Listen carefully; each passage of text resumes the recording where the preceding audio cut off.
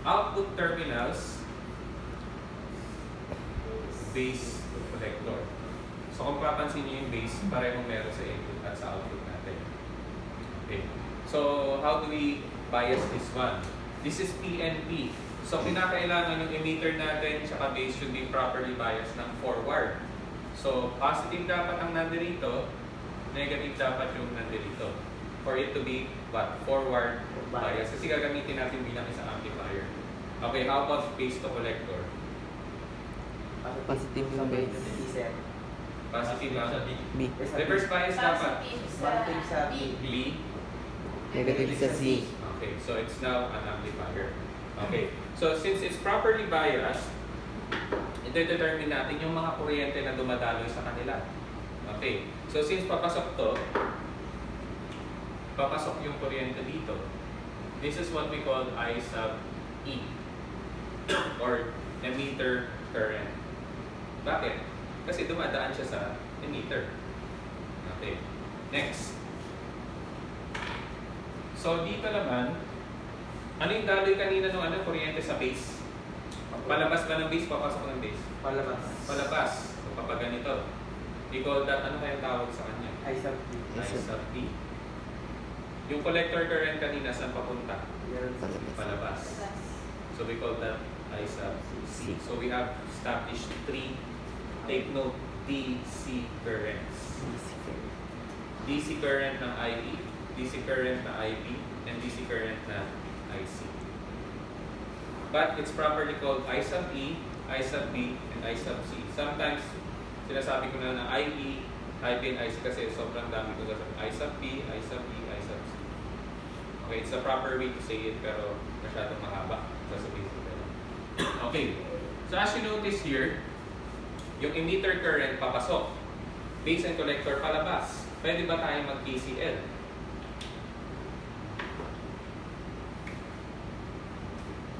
So, ibig sabihin, lahat ng pumapasok plus lahat ng lumalabas.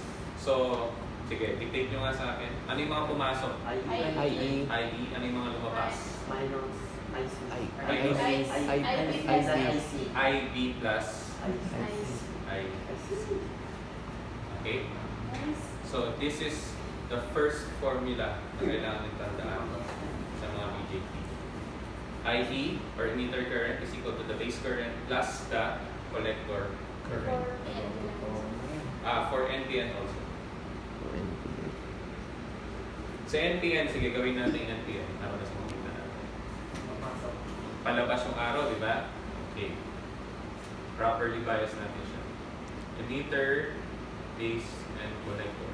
So, sa base and emitter, nasaan kaya yung negative ko at nasaan yung positive? Nasaan yung negative ko? Sa E. Kasi NE. So, negative and positive. How about base collector? Positive sa B. Positive yung C, negative yung B. Okay. O, next. So, as you notice here, hindi ko na drawing yung below to simplify the schematics ito. O, anong direction ng kuryente ni emitter? Palabas. Palabas. IE. Paano kaya si base siya kasi collector? Papasok, sir. Pasok. IB. This corresponds to whole flow. But the reality is, papasok ng ganyan, ano yung pumapasok kaya? Whole or electron? Electron. So pag electron yung consider natin, papasok.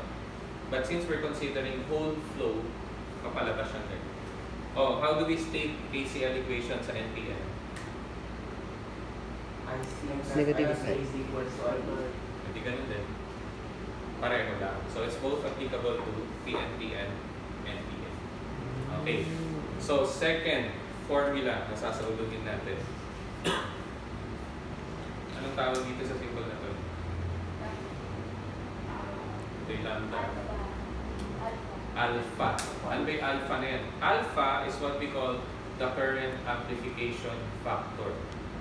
Alpha is called the current amplification factor. Susunod natin. Alpha, current amplification factor. So, when we say amplification, we talk of gain. Ano ba ibig sabihin ng gain? Gain. Diba ganito? Gain. 100 pounds ka halimbawa. Tapos after a year, naging 200 pounds ka na. Gain ka 100. Naging ka ng 100 100 pounds. But ilang times? 100%. 100% tama. Pero ilang times? Anong number yung multiply natin? Paano mo nakuha yung 2? Yung present weight divided by old weight or previous weight. So kumbaga, meron kang pinagbabasihan ngayon tsaka yung previous. So in this case, ang pinagkukumparahan natin, output at input. When we talk of gain, whether it is voltage, current, or power gain, it's always output divided by input. Natandaan yan ha? Output divided by input is equal to gain. So, unahin natin si current gain. Gain is represented by capital A. Okay? So, this is output current divided by the input current. In this case, ano yung nagsisilbing output current natin? Dito tayo mag-focus sa PNP. IC. IC. Bakit? Bakit IC? Siya yung lumabas. Siya yung output terminal. Hindi porke lumabas, siya yung output current. Dito pumasok eh. Dahil siya yung output terminal. Therefore, ang output current natin is IC. How about the input current? IE. IE, bakit? Dahil yun ang Doon input. input terminal. So, divided by IE. Sa common base, IC over IE is the current gain. So, that is our alpha. Okay? Ano kayang unit IC? Anong unit ng kuryente? Current. Current. Ampere. No, in electronics, we only talk of milliampere. Sobrang lilit na kuryente. So, typically, ang unit ng IC or collector current is milliamperes. Typically, ang unit ng emitter current is also milliamperes. Ano pa yung unit ni alpha? Ha? Milliampere. Anong tawag doon pag wala? Unit less. Unitless. So alpha is unitless, therefore gain is also unitless. So this is what we call absolute current ratio.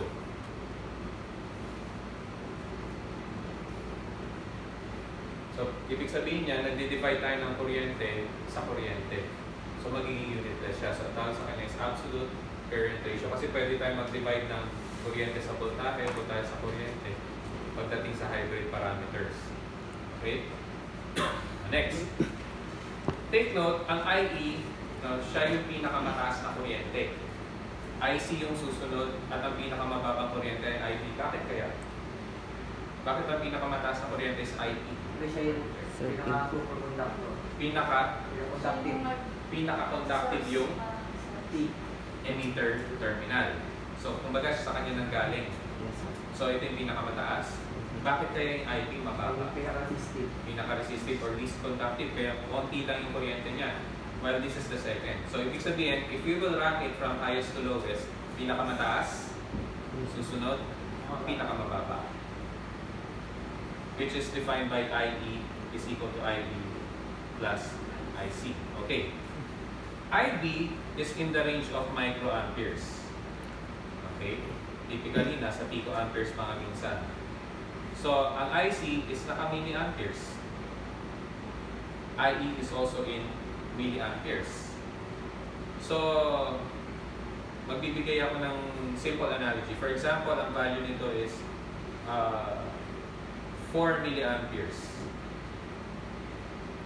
Okay, tapos ito 40 microamperes. Pag in-add mo yung dalawa, ilan sila?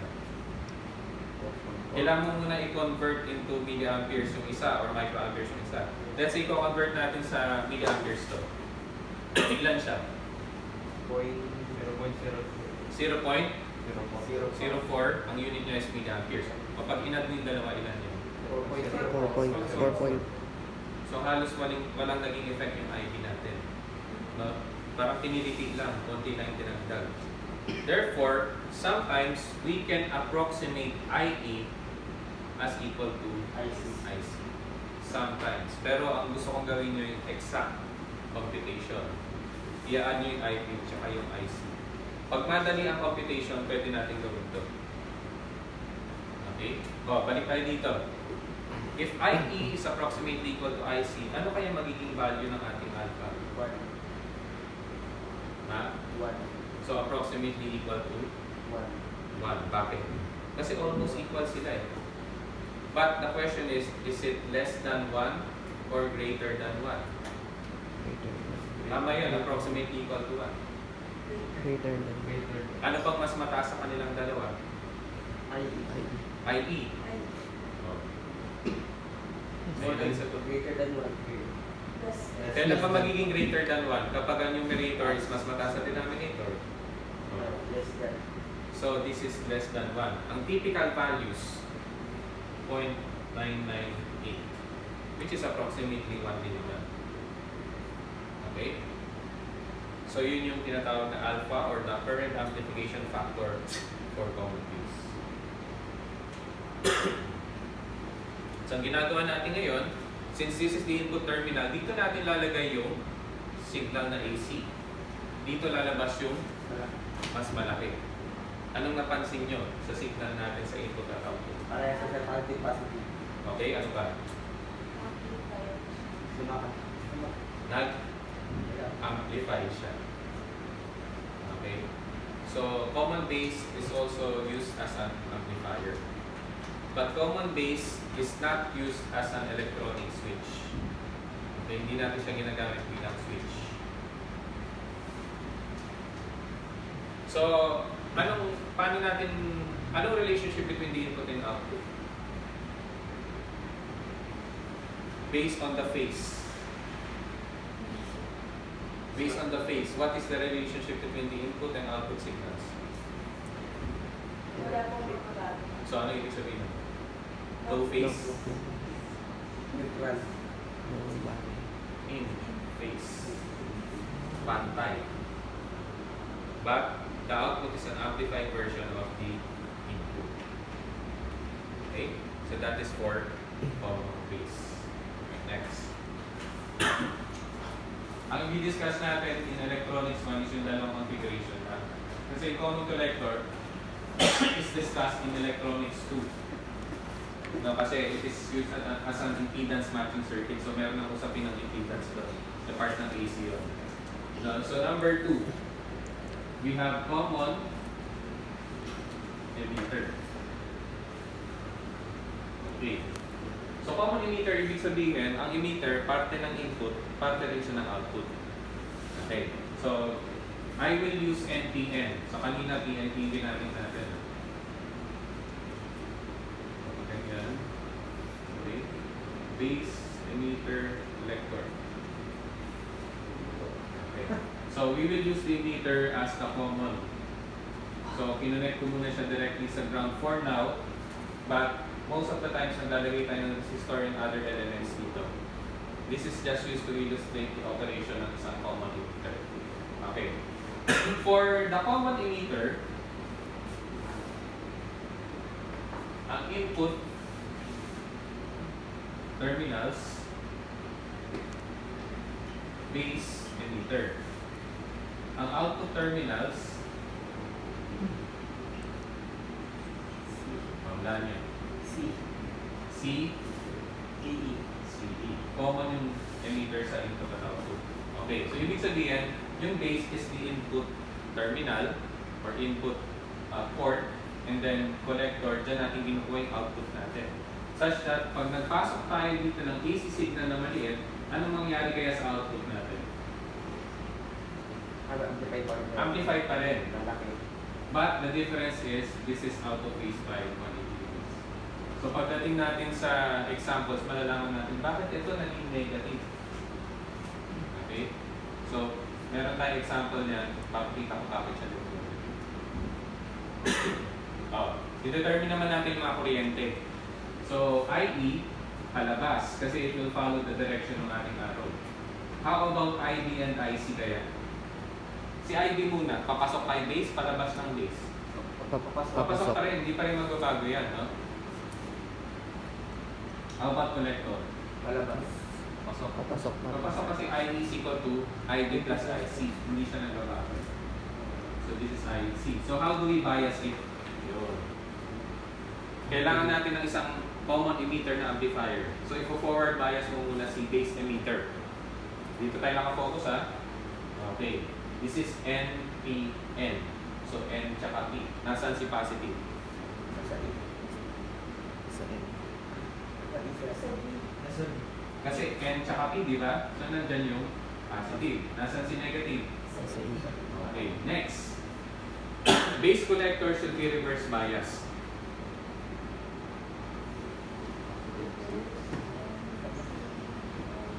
Negative sa B.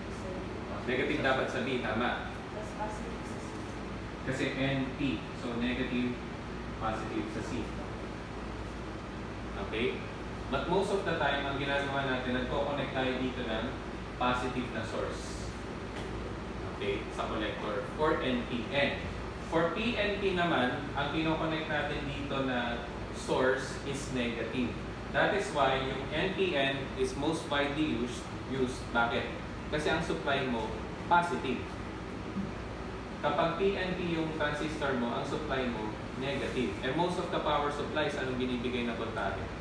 Positive. So kung kailangan ng negative, gagawa ka pa ng negative na power supply.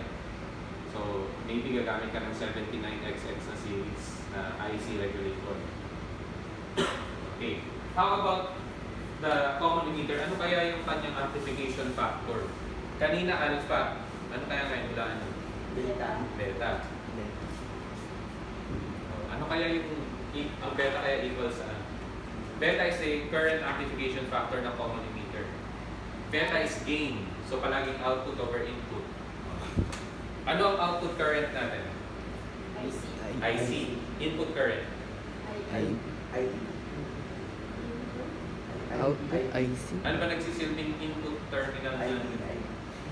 Di ba yung emitter common lang yan? I. Yan lang yung neutral. Yan yung paglalabasan ng kuryente. So, IB. IB. Anong beta? IC over IB. Ulit? IC Gain. over Gain pa rin yan, sir. Gain. Gain. gain pa rin Gain po. pa rin. Ano po ulit yung gain sir? Gain. Output over input. Output over. So, this is current gain IC IC over over IB. over IB. IB. So, another formula na sasabihin. Beta is also known as HFE or the common emitter forward current transfer ratio. So anyway, pag-aaralan natin ito pagdating ng electro.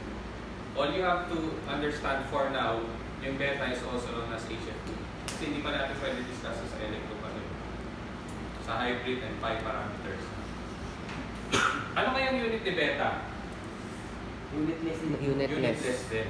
Kasi kuryente divided by kuryente, parehong amperes ang unit niya. So cancel. Okay, next. Hindi natin di-discuss yung common collector as I've said dahil sa electro yung kailangan discuss. So let us now discuss muna yung tinatawag na characteristic curve of both the configurations. Ang characteristic curve, number 1, meron tayong tinatawag na driving characteristics. Driving characteristics. Number 2, meron tayong driven characteristic curve. Sa common base muna tayo mag-focus. So this is the driving characteristics. Ano kaya ibig sabihin nito? Ano bang ginagawa sa drive? Ano ginagawa ng driver? Nagda-drive. Nagda-driving siya. So, in essence, siya yung kumokontrol. Yes, sir. So, driving, ibig sabihin, ito yung mga parameters na kumokontrol ng circuit. Yung output mo, nakadepende dito. Therefore, driving characteristics are part of your input. So, ang y-axis natin, ano yung input current natin sa common base? Common. Ano yung input voltage naman kaya? Yes. Common base. Ano bang input terminal sa common base? Base emitter. Okay? So, this is called VBE.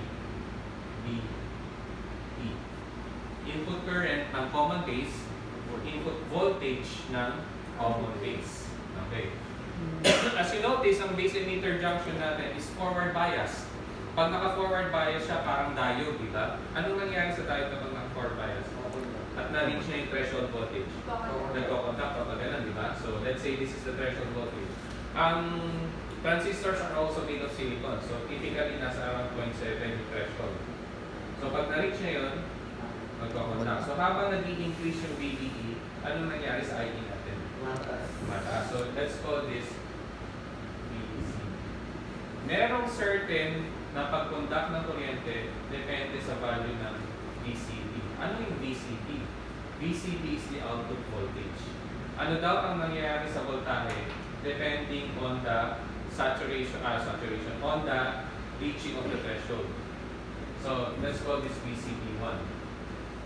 What if ang nangyari ganito? May tumataas si VBE, no? Tapos, hindi pa niya na-reach yung 0.7, let's say 0.6 something, which is possible, no? Nag-conduct na agad. So, medyo malapit lang naman, kaya walang problema. Let's call that VCB2. O, ito naman. Na-reach na yung 0.7, pero hindi pa nagko-contact. So, let's say, mga around 0.75 pa siya nag-conduct. Which is okay naman kasi malapit naman sa 0.7. As I've said, diba, hindi naman talaga exact 0.7 yan. This is just a theoretical value. So let's call this VCB3. Okay. VCB1 is less than VCB2. Okay? Less than VCB2. Isipin nyo, this is output voltage. Ito, this is input voltage. So, ang nangyari, kapag nag-conduct agad si VBE, anong nangyari sa output voltage mo?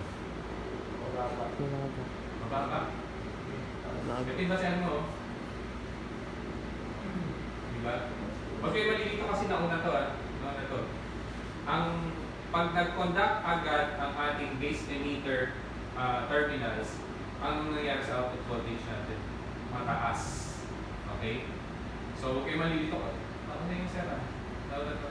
This refers to VBE. So, kapag ganito yung level ng VBE natin, ang level ng VCB mataas. Okay. What if ganito naman?